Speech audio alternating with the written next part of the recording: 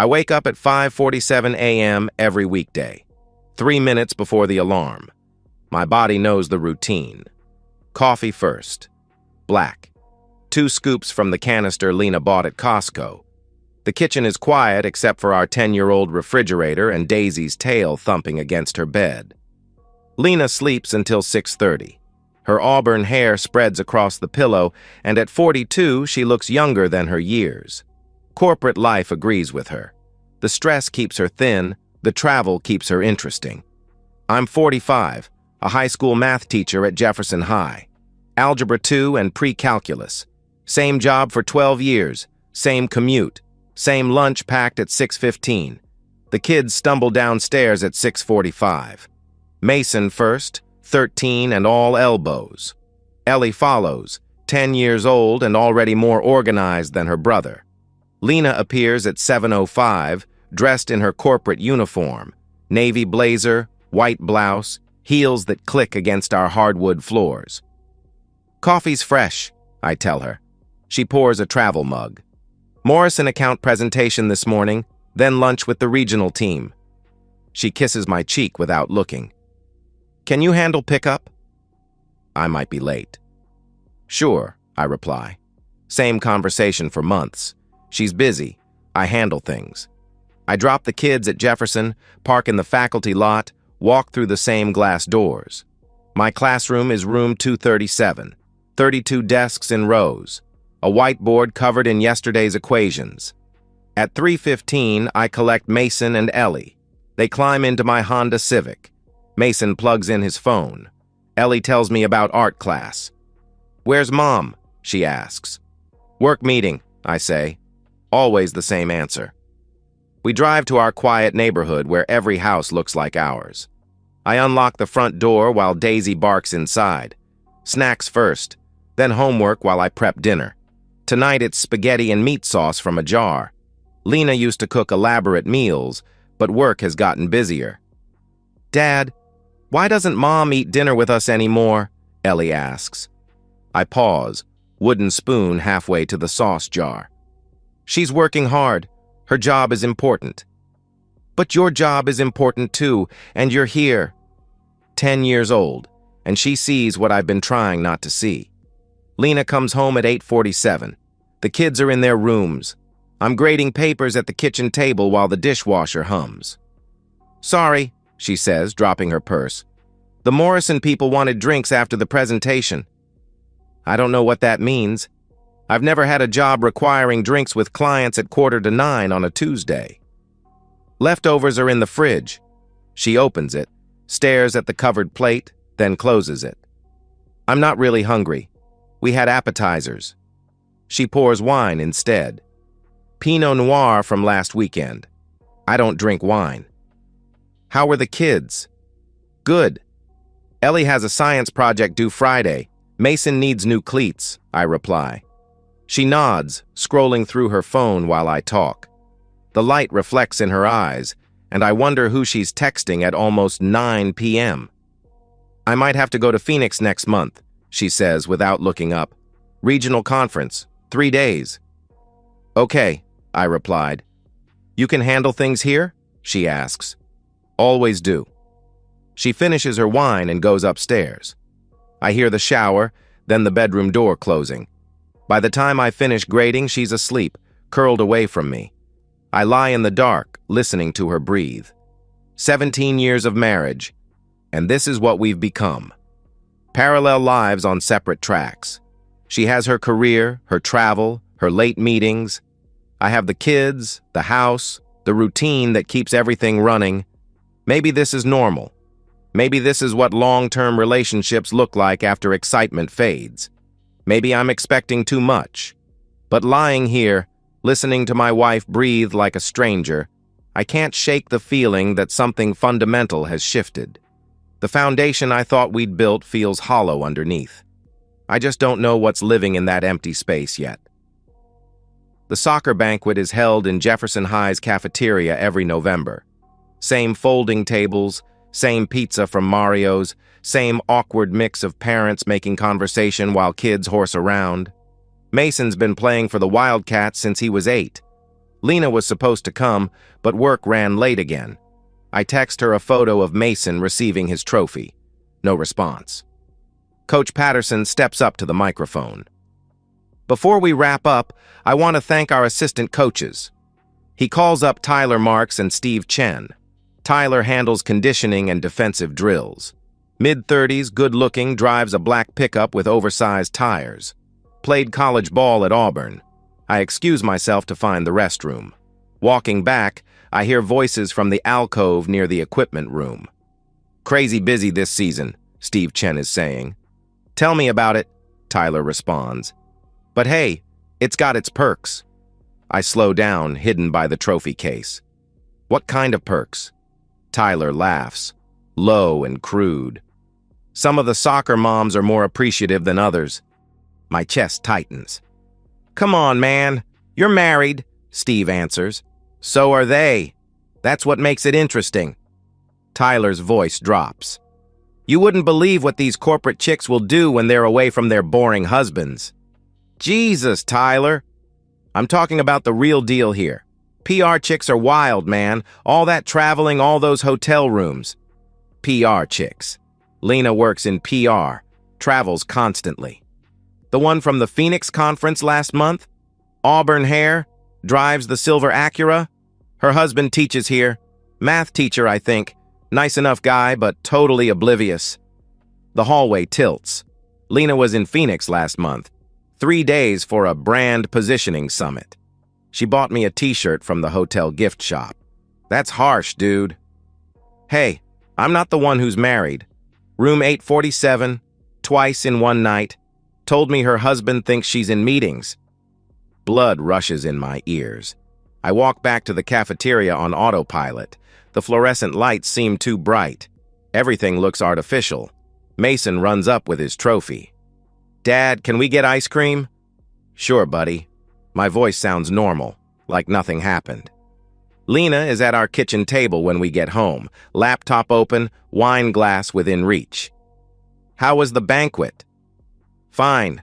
Mason got most improved player. She smiles. That's wonderful. I'm sorry I missed it. Mason shows her the trophy, tells her about the pizza. She listens with the right expressions. I need to finish this proposal, she says. The Phoenix people want to expand to Texas markets. Phoenix. I nod and clean up. Load the dishwasher. Take out trash. Normal Tuesday routine. Lena stays at the laptop until 11. I'm in bed when she comes upstairs. She brushes her teeth, changes into her sleep shirt, slides under covers. Good night, she whispers. Good night. She falls asleep quickly. Clear conscience, I used to think. I lie in the dark, staring at the ceiling. The numbers don't add up. Late meetings past 9 p.m., weekend conferences requiring overnight stays. The way she's always on her phone now, texting with that small smile I used to think was for me. Tyler's laugh echoes. Totally oblivious. I've been solving the wrong problem. I thought we were growing apart naturally. But this isn't calculus. This is basic arithmetic. My wife is having an affair with my son's soccer coach, and he's bragging about it where any parent might overhear. They're not just betraying me. They're laughing at me. I don't wake her. I don't confront her. I don't demand explanations. Instead, I start planning. The USB device looks like a phone charger. Slim black rectangle with a cord. Except this one has a built-in recorder. Motion activated, 48 hours of storage. I order it online. Personal credit card. Arrives in 3 days. Discreet packaging. I install it in Lena's Acura Thursday morning while she showers.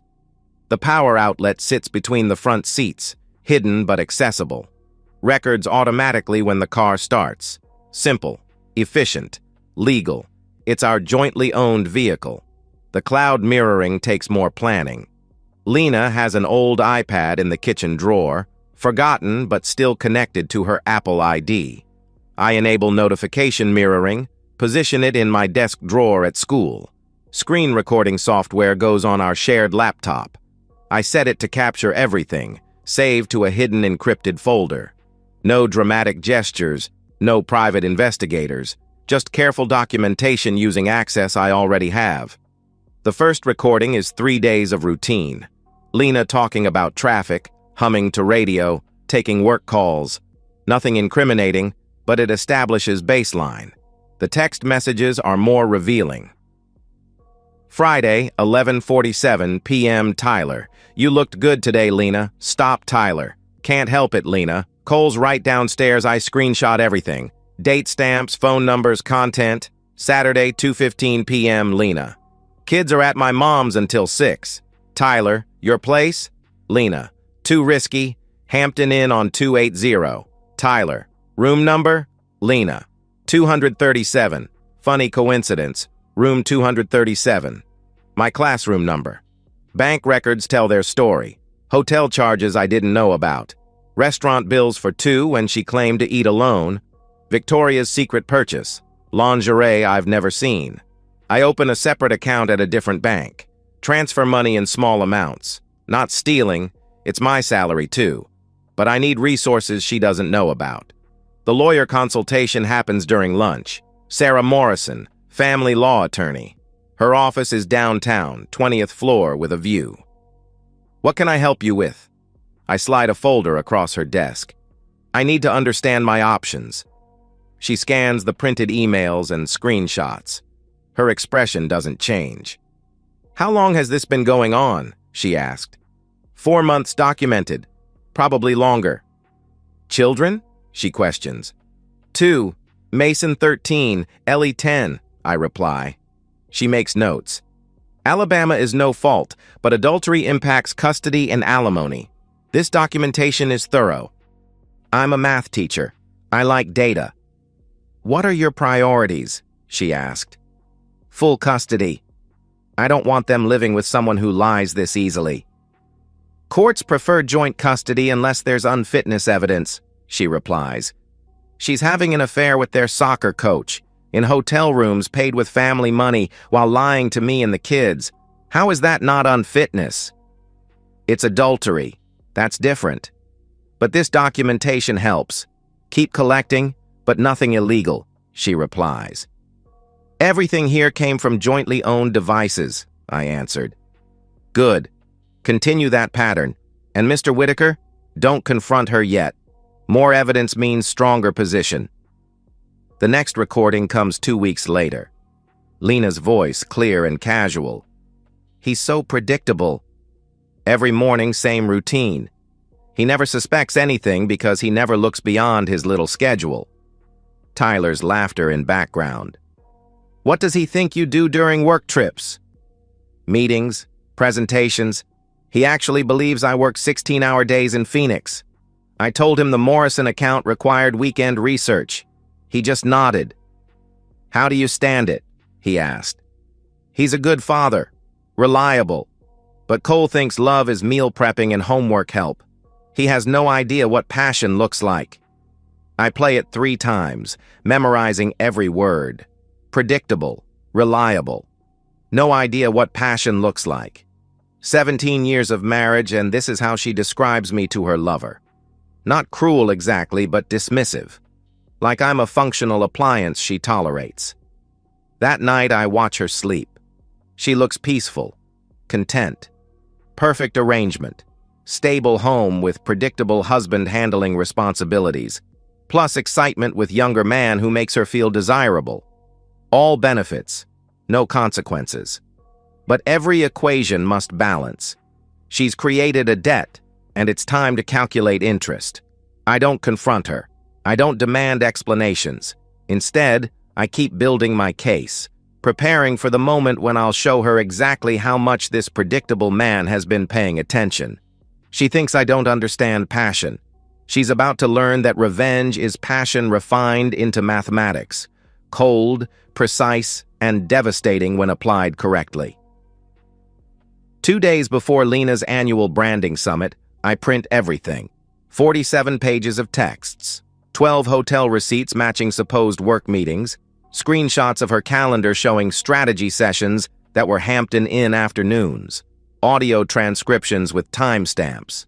The package looks professional, clean, like a research report.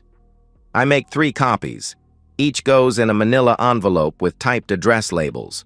No return address. Just facts, organized chronologically, with a cover letter. Please find enclosed documentation regarding employee Lena Whitaker's conduct during company travel. This may be relevant to your conduct policies and professional standards. All materials obtained legally from jointly owned devices. First envelope to HR. Second to legal. Third to the CMO, Lena's boss's boss. I mail them Tuesday. Overnight delivery, signature required. They'll arrive Wednesday, one day before summit.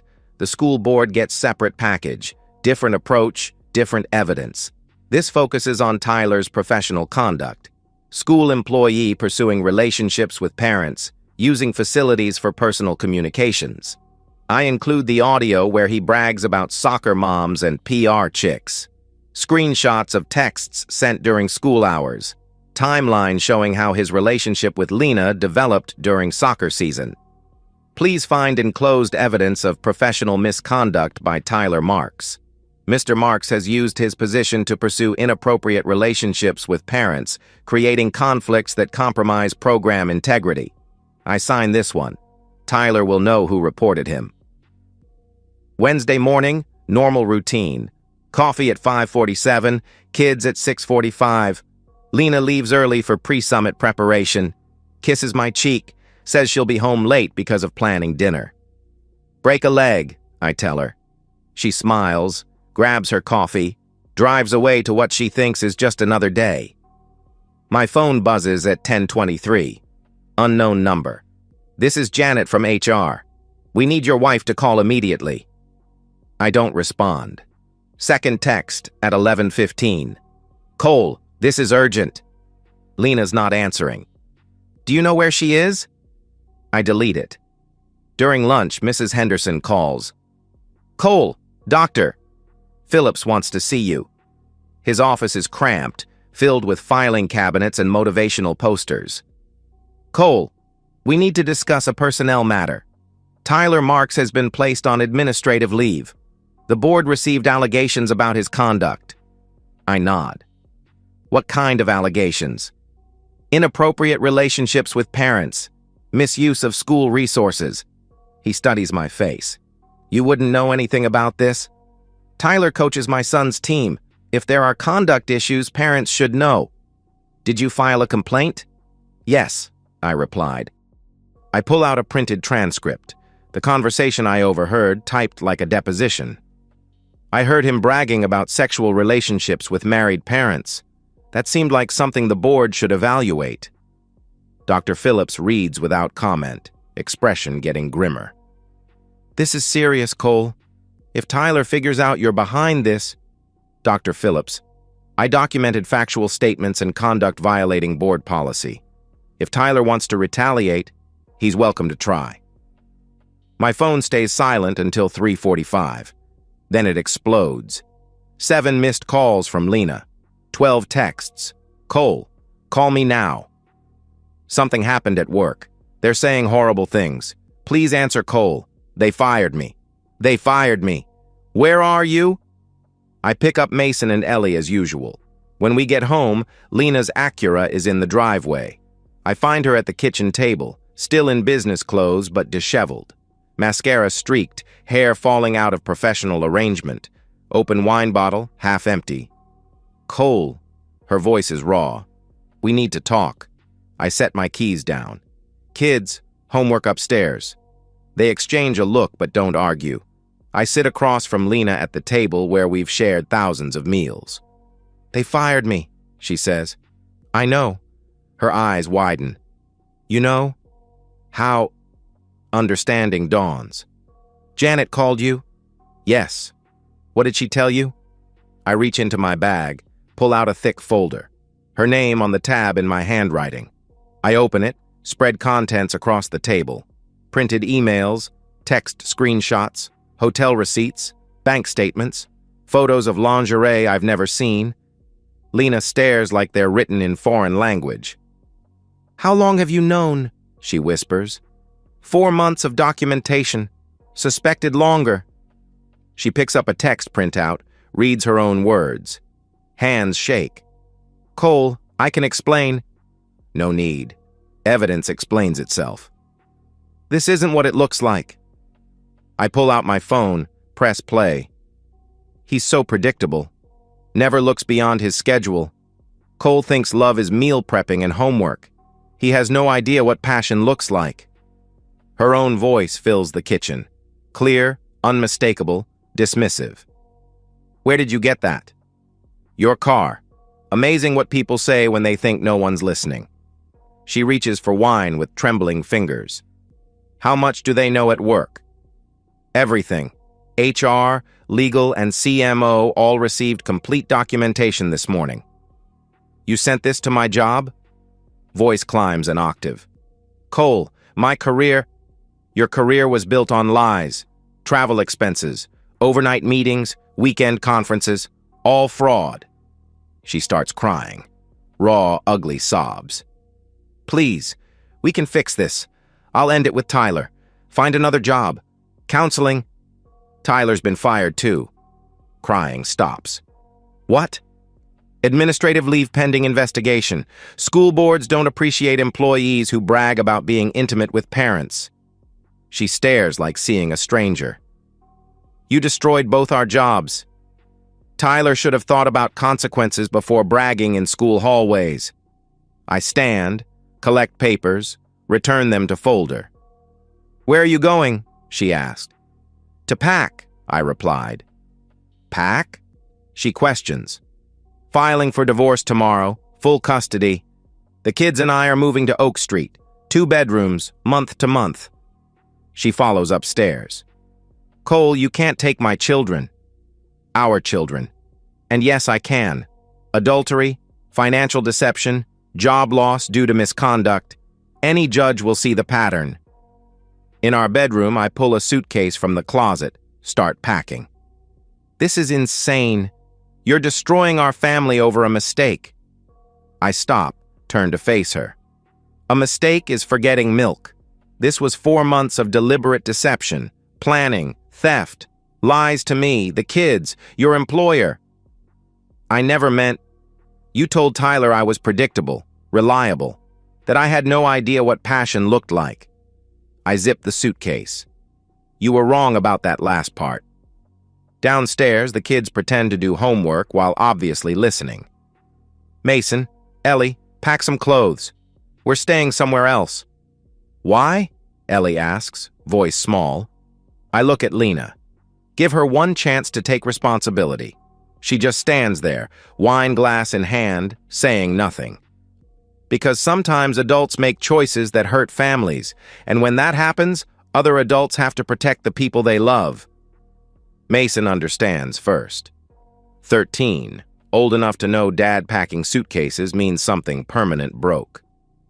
Ellie starts crying too. I kneel, pull her close. It's going to be okay, sweetheart. Over her head, I meet Lena's eyes. She wants to say something that might fix this, might undo 4 months, might make me the predictable husband who looks away. Instead, I pick up my keys and head for the door. Cole, she calls. I turn back. I never meant to hurt you. I know, I say. That's what makes it worse. The rental on Oak Street costs $1,200 monthly, furnished. Nothing fancy.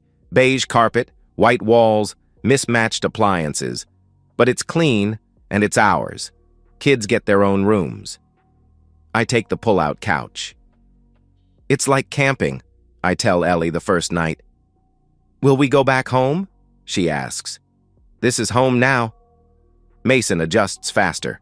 13, old enough to understand families sometimes break.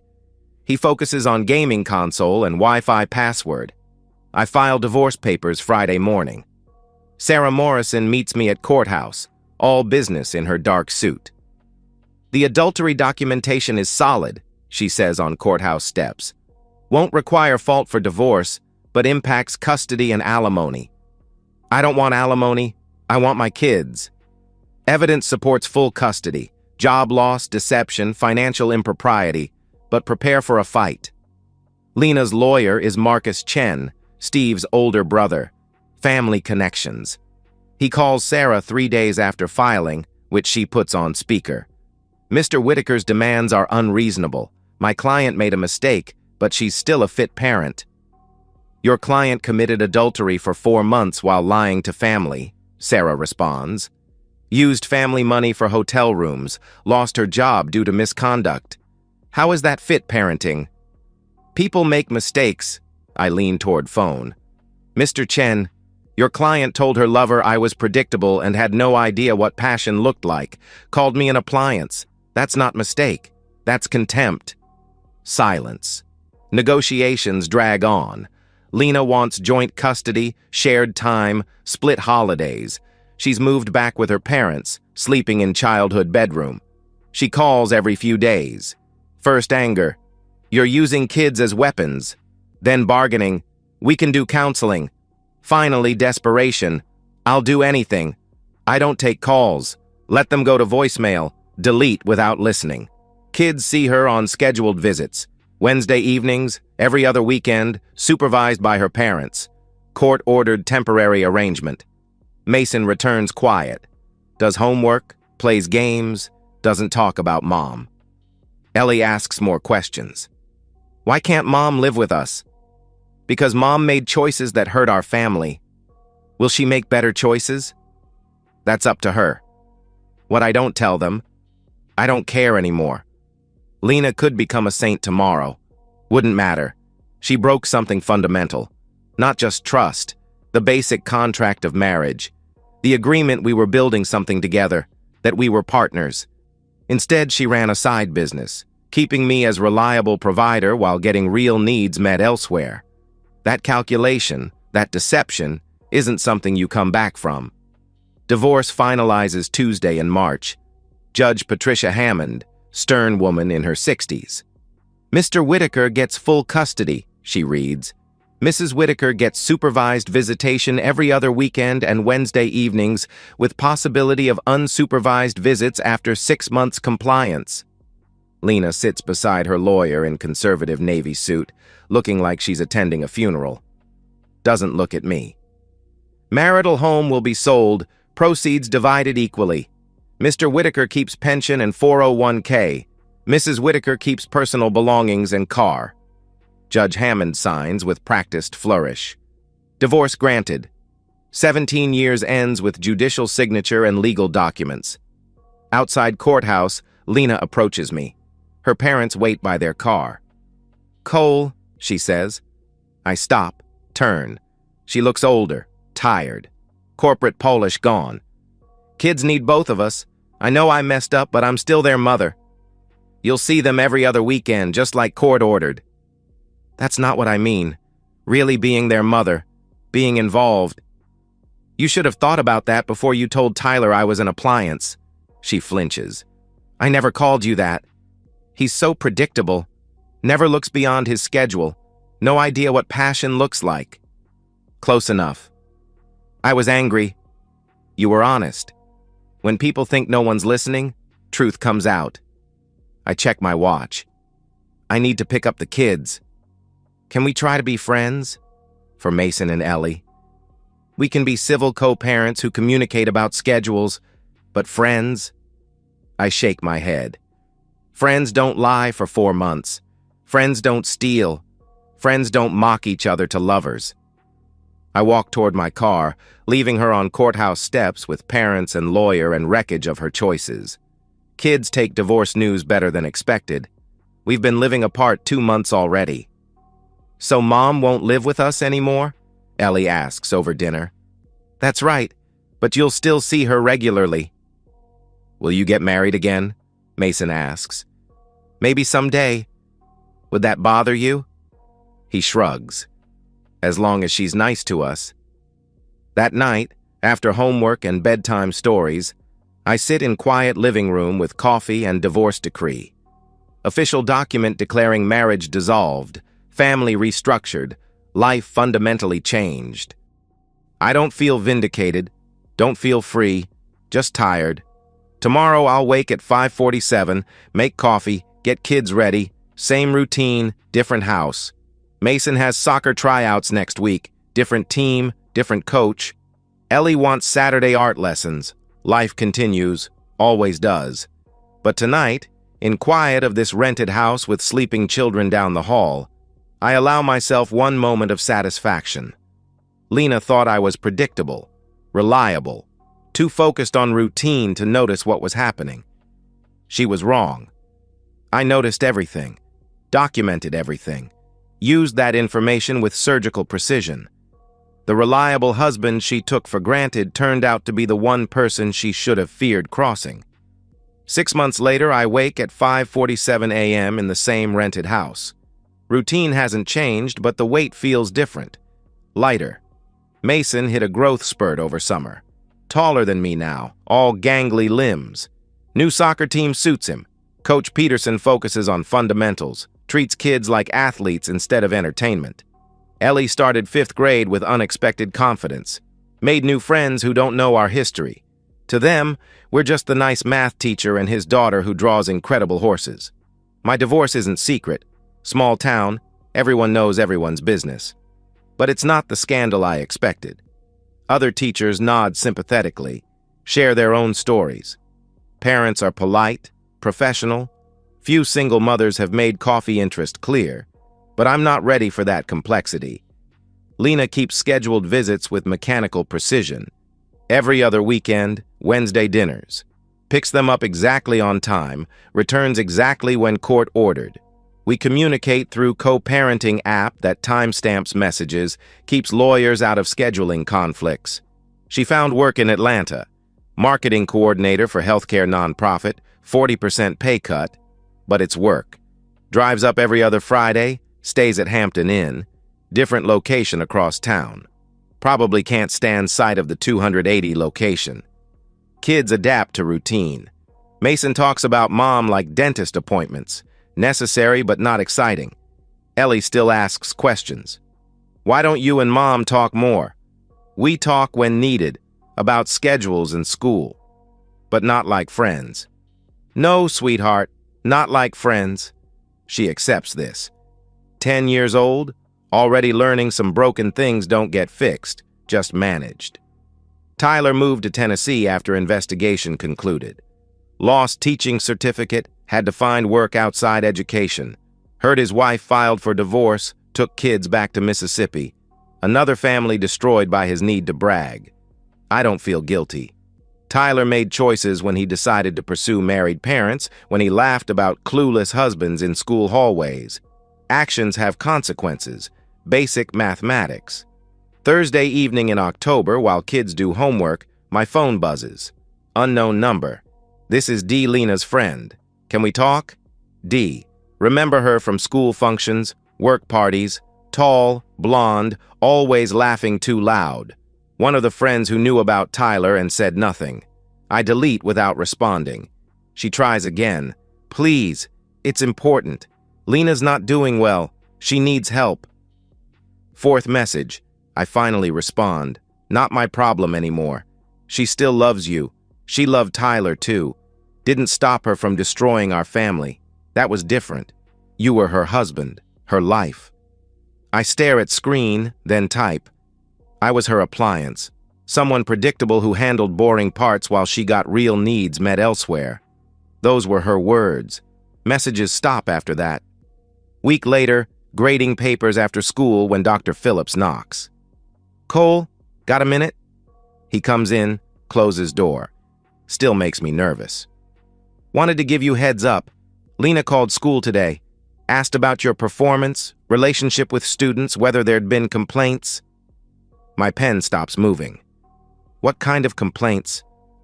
She was fishing. Implied you might be struggling emotionally, that divorce was affecting work. He sits in student desk, looks awkward. I told her your performance has been exemplary, zero concerns about professionalism.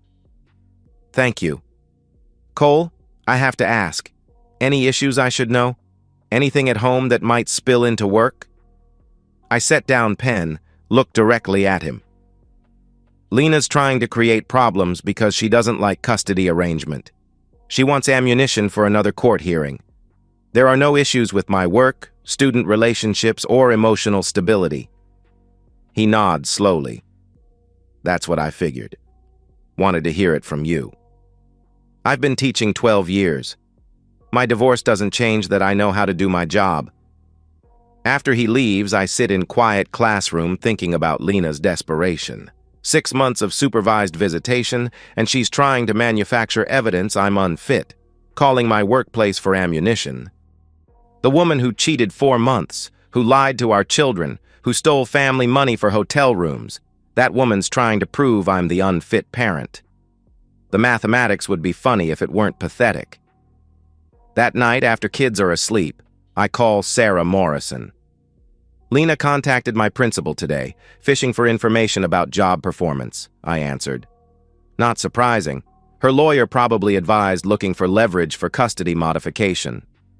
Will it work? I asked. Did she find anything? She replied. My principal made clear my performance is exemplary, I replied. Then it won't work. Cole, desperate people do desperate things. Document the contact, keep doing what you're doing with kids, don't give her ammunition. I haven't given her ammunition for 6 months, I replied. I know. That's why she's getting desperate.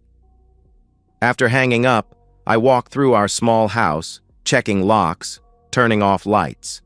In Mason's room, he's sprawled across bed with phone still in hand, probably fell asleep texting. I take phone, plug into charger, pull blanket to shoulders. In Ellie's room, she's arranged stuffed animals in precise formation around pillow. She sleeps like I do, neat, controlled, everything in place. My kids are thriving. Good grades, healthy friendships, no signs of emotional damage destroyed families supposedly produce. They adapted because I gave them stability, routine, age-appropriate honesty. Meanwhile, their mother calls my workplace trying to manufacture evidence I'm unfit, drives up from Atlanta every other weekend for minimal contact, lives in whatever temporary housing she can afford on reduced salary. I don't enjoy her suffering, don't celebrate her losses, but I don't regret them either. She made choices that destroyed our family. I made choices that protected what remained. Difference is mine were calculated, deliberate, designed to serve long-term interests of people I love. Hers were impulsive, selfish, designed to serve immediate desires without regard for consequences. Now she's living with those consequences, and I'm living with mine. In living room, I sit on pull-out couch with coffee and look at framed photo on end table. Mason and Ellie at beach last summer, building sand castles, laughing at something outside camera's range. Just 3 of us now, but we're enough. Lena wanted passion.